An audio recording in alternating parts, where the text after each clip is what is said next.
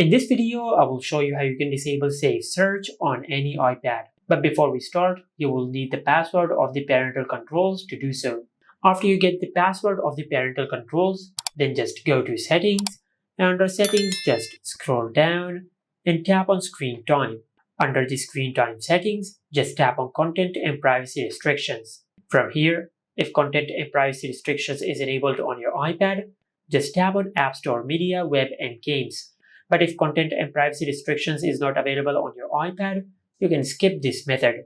Now, since this feature is enabled, so I'll go to App Store Media, Web, and Games, then tap on Web Content. Now from here, just select Unrestricted. Now, after you've done that, now just check if your issue has been fixed or not. If your issue is still not fixed, then just go back. And under Content and Privacy Restrictions, just disable Content and Privacy Restrictions. And by doing that, you will disable all the parental control settings from your iPad. Now, this was the first method. For the second method, just go to your home screen and open Safari. Then in the search bar, just search the name of the search engine which you're using. Now, for example, since we are using Google's search engine, so I will search google.com.